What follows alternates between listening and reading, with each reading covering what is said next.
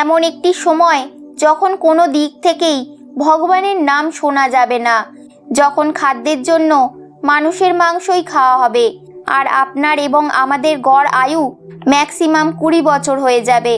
তখনই আসবে ওই অভিশপ্ত সময়, অর্থাৎ ঘোর কলি।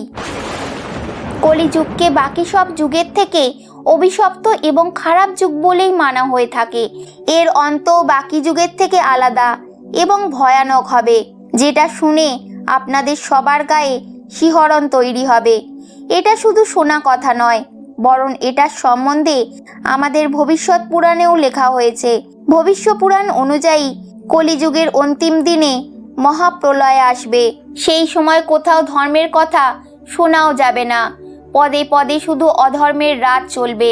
এটা ওই সময়ই হবে যখন মানুষের গড় আয়ু আস্তে আস্তে কমে গিয়ে শেষে 20 বছরের থেকে যাবে। অর্থাৎ এখনকার হিসেবে 20 বছরের ছেলে মেয়েদের আমরা নিউ জেনারেশন বলে থাকি। সেখানে এই যুগের শেষে আস্তে আস্তে তারা বয়োজ্যেষ্ঠদের পর্যায়ে এসে যাবে। আপনাদের মনে হতে পারে এখনকার সময়ে পাপ কত বেড়ে গেছে, ভাই ভাইয়ের শত্রু হয়ে যাচ্ছে, অথবা যে সমস্ত স্ত্রীরা স্বামীদের পরমেশ্বর রূপে মানত তারাই এখন নিজের স্বামীকে অন্য কারোর জন্য ছেড়ে দিচ্ছে। কিন্তু আপনি শুনে অবাক হবেন যে এটা তো ঘোর কলির 1%ও নয়। মহাভারতে বর্ণিত রয়েছে যেমন যেমন ভাবে ঘোর কলি আসতে থাকবে সেরকম ভাবেই ধর্ম, সত্য, পবিত্রতা, ক্ষমা, দয়া, আয়ু, এমনকি মনে রাখার ক্ষমতাও কমে যাবে। শুধু তাই নয়, মহাভারতে বলা হয়েছে যখন ঘোর কলি আসবে তখন বৃষ্টি হবে না। সূর্য এতটাই তাপ দেবে যে সমুদ্র এবং পৃথিবীর সমস্ত জলাশয় শুকিয়ে যাবে। গরম এতটাই বেড়ে যাবে যে পাতাল লোকও ভস্ম হয়ে যাবে। পৌরাণিক কথা অনুসারে ভগবান কল্কির গুরুদেব পরশুরাম হবে। মানা হয় যে ইনি আজও মহেন্দ্রগিরি পর্বতে তপস্যায় লীন হয়ে কল্কি অবতারের জন্য অপেক্ষা করছেন। ভগবান কল্কির 2 স্ত্রী থাকবেন।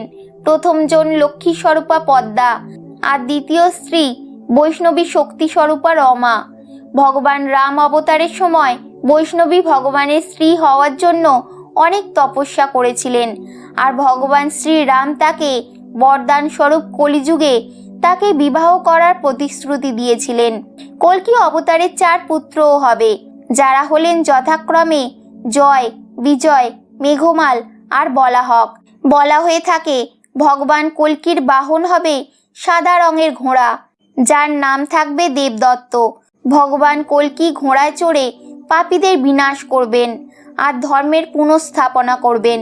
ভগবান কল্কি ভক্তদের সত্যের পথে চলার পথ দেখাবেন আর ধর্মের নামে ছড়িয়ে থাকা ভণ্ডদের শেষ করে দেবেন। এটা তো আপনারা শুনেই থাকবেন যে যখন যখন পৃথিবীতে পাপ বেড়ে যায় তখন তখনই ভগবান অবতার নেন আর আবারও ধর্মের স্থাপনা করেন। আর এরকমই কলিযুগেও হবে। এটা তখনই হবে যখন সনাতন ধর্মের উপর ঘোর সংকট আসবে। তখন মানুষের চিন্তাধারা খুবই নির্দয়ী হবে। সংসার প্রত্যেক দিক থেকে সনাতন ধর্মকে শেষ করার জন্য এগিয়ে থাকবে। এটা ওই সময় হবে যখন কলিযুগের অন্তের সময় নিকটে এসে যাবে। তখন ধরিত্রীর উপর ভগবান কল্কির অবতার হবে। ভগবান কল্কি আর কেউ নন, তিনি স্বয়ং ভগবান বিষ্ণু। আর অন্যদিকে রাক্ষস কলিকেই সব মানুষ নিজেদের ভগবান রূপে পুজো করবে। কল্কি অবতারের জন্ম নেওয়ার আগেই কলিপুরুষ সম্পূর্ণ মানবজাতির উপর কবজা করে নেবে, আর এর ফলে আসল ভগবানকে চিনতে খুবই মুশকিল হয়ে যাবে। প্রত্যেকটি মানুষ কলিপুরুষের মায়াবী শক্তির কবলে এসে যাবে, যার ফলে কলিপুরুষ যা চাইবে সেটাই হবে। শুধু তাই নয়, কলিপুরুষ মানুষের শরীরে ঢুকে তাদেরকে খারাপের পথে ঠেলে নিয়ে যেতে চেষ্টা করবে। কলিপুরুষের শক্তি হলো অধর্ম, যেটা এই যুগ থেকেই সে পায়, আর তাই এই যুগের যুদ্ধ অত্যন্ত সাংঘাতিক হবে। পুরাণে বলা হয়েছে যে কলিযুগের শেষ সময়ে ভগবান এই অবতার ধারণ করবেন আর অধর্মীদের শেষ করে আবারও ধর্মের রাজত্ব প্রতিষ্ঠা করবেন। এখন কলিযুগের অর্ধেক সময়ই শেষ হয়েছে। কল্কি পুরাণের কথা অনুযায়ী কলিপুরুষ সম্পূর্ণ শেষ হবে না, শুধু তার শক্তি শেষ হয়ে যাবে। কিন্তু আরও একবার সে পরের কল্পে কলিযুগ রূপে প্রকট হবেন। কলিপুরুষের সঙ্গ দেওয়া মানুষেরাও শেষ হয়ে যাবেন। তবে আপনি কি জানেন, কলিযুগে কল্কি অবতারের সঙ্গ দিতে আর পাপীদের নাশ করার জন্য ভগবান গণেশও জন্ম নেবেন। কলিযুগে ভগবান বিষ্ণু রাক্ষসদের বধ করার জন্য একা আসবেন না, ওনার সাথে বিঘ্নহর্তা গণেশও অবতার রূপে পৃথিবীতে আসবেন। যেমনভাবে ভগবান কল্কি দেবদত্ত নামক ঘোড়ায় বসে পাপের বিনাশ করবেন, ঠিক ওইভাবেই বিঘ্নহর্তা গণেশও নীল রঙের ঘোড়ায় চড়ে পাপীদের বিনাশ করবেন। আর এরপরে সত্যযুগের সূচনা হবে। গণেশ পুরাণে গণেশ ভগবানের এই অবতারের পুরোপুরি বর্ণনা রয়েছে।